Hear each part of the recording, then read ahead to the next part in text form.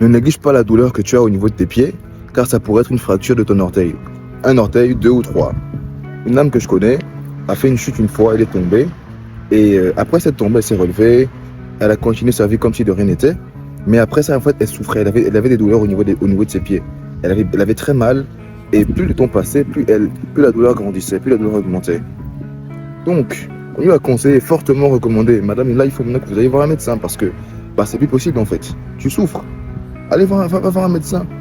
Elle arrive chez le médecin lui dit, madame, qu'est-ce qui vous est arrivé? En fait, vous vous êtes fracturé l'orteil. Donc l'orteil est cassé. Elle ne savait pas. Et la douleur était un signe que l'orteil était vraiment cassé. Donc, diagnostic du médecin tombé, il faut des semaines de récupération et il faut que ça sèche. Elle ne peut plus continuer, il faut que ça sèche pour récupérer. On lui a mis un plâtre et c'est plusieurs semaines de récupération. Bon, à ce niveau-là, encore heureux, si elle avait laissé certaine la douleur, on ne sait pas ce qui se serait passé. Peut-être que l'os aurait été, je sais pas, l'os aurait sorti, aurait débordé, je ne sais pas moi, mais je ne suis pas médecin, mais voilà. Et combien d'entre nous, parfois, on a des petites douleurs dans le corps, on se dit, allez, ça passera. On est tombé, on a fait une chute. Comme moi, par exemple, à l'époque, j'étais allé chez mon grand-père et on jouait, j'étais tombé dans une sorte de petit caniveau. J'avais des douleurs à l'estomac pendant longtemps. Douleurs à l'estomac et je n'en ai pratiquement jamais parlé. Bon, un beau jour, par la grâce de Dieu, c'est passé, je ne les ai plus ressentis. Mais qui sait les dommages qui ont pu avoir dans mon estomac? Parce qu'à l'époque, je mangeais beaucoup. Je mangeais gros. Je mangeais gros, gras, tout ce que tu veux. Pourquoi je dis ça? Parce que parfois, quand on a des douleurs, en fait, on les passe sous silence. On se dit que ça passerait, on a la flemme d'aller voir un médecin. On n'est pas assez pointilleux, on n'est pas assez... je sais pas moi, on ne se pose pas suffisamment de questions. Et autant les douleurs physiques, il faut les traiter, autant les douleurs de l'âme, du cœur aussi, il faut le faire. Combien de fois on t'a parlé durement, on t'a parlé difficilement, tu n'as jamais dit que tu as eu mal, tu as juste avalé les paroles et tu es parti comme ça. Combien de fois on t'a méprisé, on t'a rabaissé, on t'a critiqué, tout ce que tu veux, et après ça, tu n'as plus jamais été la même personne. Après ça, quand tu y repenses, tu as du mal à respirer, tu as des bouffées, c'est comme si tu manques d'oxygène, c'est comme si tu suffoquais. Combien de fois, en fait, tu t'es pas dit, mais la personne a raison, je suis moins que rien. Combien de fois as-tu cédé à la tristesse, à la mélancolie, à cause de ce qu'on t'avait dit, à cause d'une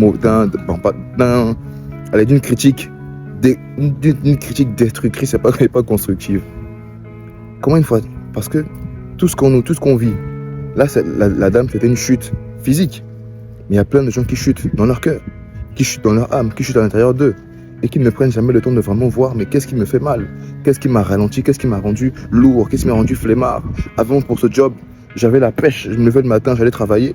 Mais après ça, j'ai plus la motivation, je vais démissionner, les gens ne m'aiment pas, je suis parano dans mon travail. Dans une équipe de foot, tu es là et tout, tu es le meilleur joueur. Après un beau jour, tu rates une action clé. Et depuis, les gens ne te regardent plus pareillement. On ne te voit plus comme le sauveur, mais comme un boulet. Là, je prends plusieurs exemples. Mais ça peut être même dans les relations. Avant, tu avais un groupe d'amis avec qui tu aimais traîner. Et puis un jour, ils t'ont fait une critique que tu n'as pas appréciée, qui t'a détruit ou détruite, qui t'a fait du mal, qui t'a blessé. Tu es tombé. Ton cœur s'est fracturé. Tu as eu une fracture du cœur, mais tu n'es jamais allé voir un médecin. Tu n'as jamais pris le temps de voir à l'intérieur ce qui s'est passé, de comment y remédier, de comment guérir. Parce que le problème, c'est que quand tu es blessé, la seule chose à faire, c'est guérir. Même si tu veux continuer à vivre et faire fi de la douleur, donc allez, tu calcules pas la douleur, t'as pas mal. Allez, t'es un homme, tu pleures pas, t'es un bonhomme, t'es une belle gosse, t'es un beau gosse, t'es une belle gosse, t'es une femme, bon, allez, tu pleures pas, il faut être fort, il faut être forte pour ne pas apparaître comme quelqu'un de faible. C'est vrai, t'as raison, mais comme la dame fracturée, si elle prend pas le temps de guérir son cœur, là, c'est compliqué. Si pour l'homme, si tu prends pas le temps de t'asseoir et de te dire, ok, là j'ai eu mal, je reconnais que ça m'a vraiment blessé, tu pourras pas guérir. Là, c'est mathématique, c'est factuel. Combien de gens marchent avec des fractures dans le cœur? Combien de gens marchent avec le cœur qui saigne, qui pleure à l'intérieur de lui, et qui font le gros dos, qui font les gars forts, qui font les go fortes, qui ne ressentent rien, qui sont impassibles, qui sont inaccessibles, alors qu'au fond, tu es juste blessé, brisé par la vie. Et c'est normal, ça peut arriver. Tu n'as pas demandé la fracture, mais la fracture est arrivée parce que tu es simplement un humain. Et ça arrive d'être blessé, même pour les meilleurs, même pour les plus forts. Les plus forts aussi sont blessés. Pourquoi je te dis tout ça? Parce que j'ai envie de te dire qu'à la fin, il faut se poser et aller voir un médecin. Il faut se poser et voir qu'est-ce qui tourne par an, qu'est-ce qui tourne plus rang, qu'est-ce qui m'a affecté au point de me rendre tel que je suis. Donc s'il te plaît, please, prends le temps de faire un check-up.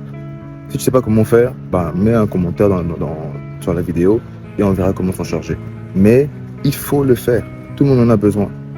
Même les meilleurs en ont besoin. Même les sages-femmes qui aident des femmes à accoucher, elles aussi, si elles tombent enceintes, elles auront besoin qu'on les aide à pousser. Donc, tu n'es pas seul au monde. Tu n'as pas été envoyé sur le monde. Et s'il y a d'autres humains qui te ressemblent, c'est parce qu'on a tous besoin d'être aidés par des humains. Donc, c'était Jeep Talk. Jour 8 ou 9. Jour 9. Entre 8 et 9, je verrai. Et c'était Jean-Daniel. On se dit à très bientôt. Peace.